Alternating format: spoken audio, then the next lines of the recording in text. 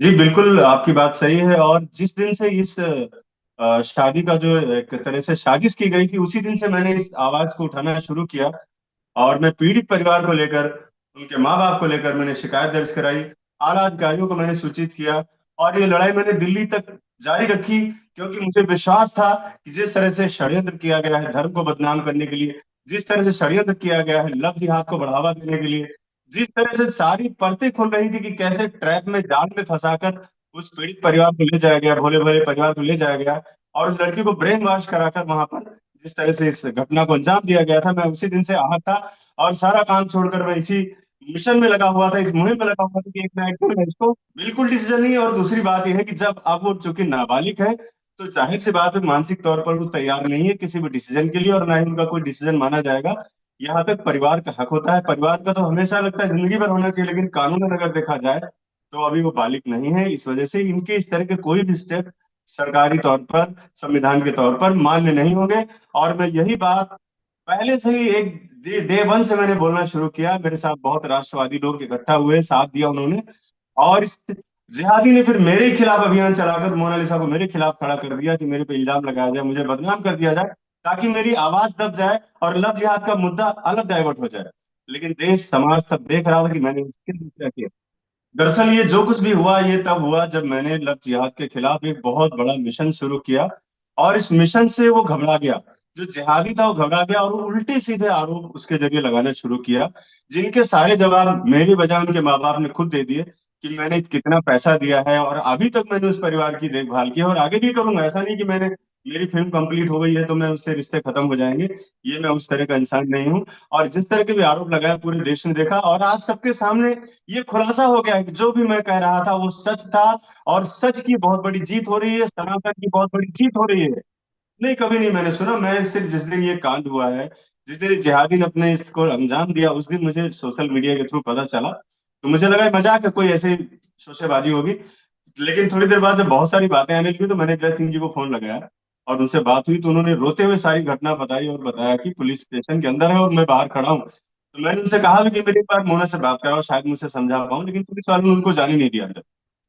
देखिए, मोनालिसा के वर्डिंग है ही नहीं है, ये वो जिहादी के वर्डिंग है, जिसको ये भी नहीं पता है कि अल्लाह कौन है और भगवान कौन है, महादेव कौन है। तो वो इन चीजों को, जिस तरह से उसने अपना आपको कृष्ण साबित करने के लिए उससे बुलवाया कि राधा कृष्ण के बारे में बोलो, या मुझे बोला कि मैं अल्लाह बोलता हूँ, अल्लाह बोलो। तो मुझे धर्म में, किसी के धर्म से मुझे नफरत नहीं है, नफरत मुझे कट्टरपंथियों से है। ये कट्टरपंथी जो पीएफआई का एजेंट है, मैं शुरू से कहता चला आ रहा हूँ, और जांच एजेंसियां इस बारे में आगे काम कर रही है। 400 लोगों की, 400, मैं कह रहा हूँ 400 लोगों की यूनिट, और उनका पूरा परिवार 24 घंटे साथ में रहा है। उसके साथ साथ उसका घर, खानदान, परिवार, मकान, जिला, कहीं पर भी कोई आदमी बोल दे कि मैंने ऐसा, कोई इसकी तरह से मेरा इंटेंशन रहा हो, तो मैं मान जाऊंगा। खाली मोनालिसा के कहने से या फरमान के कहने से थोड़े हो जाएगा। फरमान तो क्या था, आज पूरी देश दुनिया के सामने एक्सपोज हो रहा है ना वो। आज तो उसने दिखा दिया कि किस तरह से फर्जी तरीके से भगा के गया था। सारे डॉक्यूमेंट उसके फर्जी निकल रहे हैं। अरे क्यों नहीं लग रहा है, आप तो देख ही रहे, तो सामने है, इसमें लग क्यों रहा है? लगने की बात ही नहीं।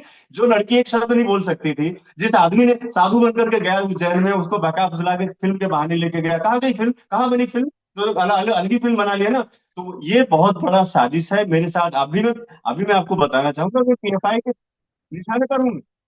देखिए, ये जो पीएफआई के लोग होते हैं, जो लव जिहाद के लिए जिनको ट्रेनिंग दी जाती है, उनको बड़ा सॉफ्ट कॉर्नर बताया जाता है कि तुम सब जगह जाते हो। मतलब मैं मंदिर में भी जाता हूँ, मैं मस्जिद में भी जाता हूँ, लेकिन ये अभी तक रहेगा, अभी दिखाने के लिए खाली। आगे आने वाले समय में फिर इनका अपना असली रूप सामने आ जाता है, जिहाद का रूप सामने आ जाता है। और इसका सीधा मकसद यह है कि तमाम वो लड़कियां, शिक्षित लड़कियां जो मोनालिसा जैसी हैं, उनके लिए लव जिहाद का रास्ता आसान हो जाए।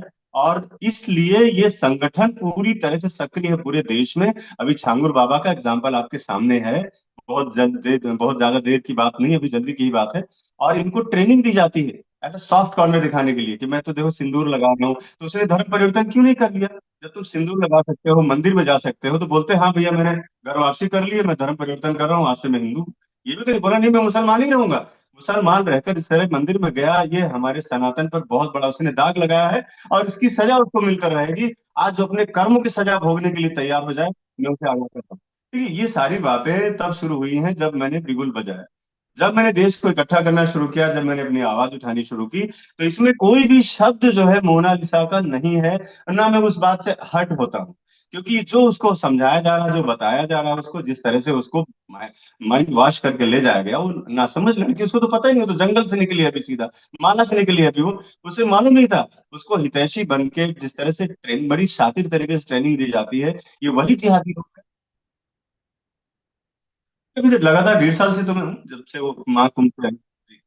मैं आपको बताऊं, इसका जवाब मैं पहले भी दे चुका हूं, मैं आपको बताना चाहूंगा कि जिस दौरान हम शूटिंग तक रहे, अभी 1.5 महीने पहले, 100 महीने पहले हमारी फिल्म की शूटिंग भी खत्म हुई है, तो वहां तक उसके बिहेवियर में किसी तरह का कोई बदलाव नहीं था। एज इट इज था, इसीलिए तो हम शॉक्ड हो गए कि अचानक ये क्या हो गया। क्यों? क्योंकि इस बंदे ने इस तरह इसको ब्रेन वॉश किया था, इसको मेरे से पहली बात अलग रखा था कि कहीं ऐसा ना उनको खबर लग जाए तो मैं इसकी प्लानिंग चौपट कर दूं, और चौपट कर देता मैं। अगर मुझे जरा सा भी भनक लगती तो मैं चौपट कर देता। और जाहिर सी बात है, चूंकि उसको बार बार रिपीट करने की जरूरत नहीं पड़ती है।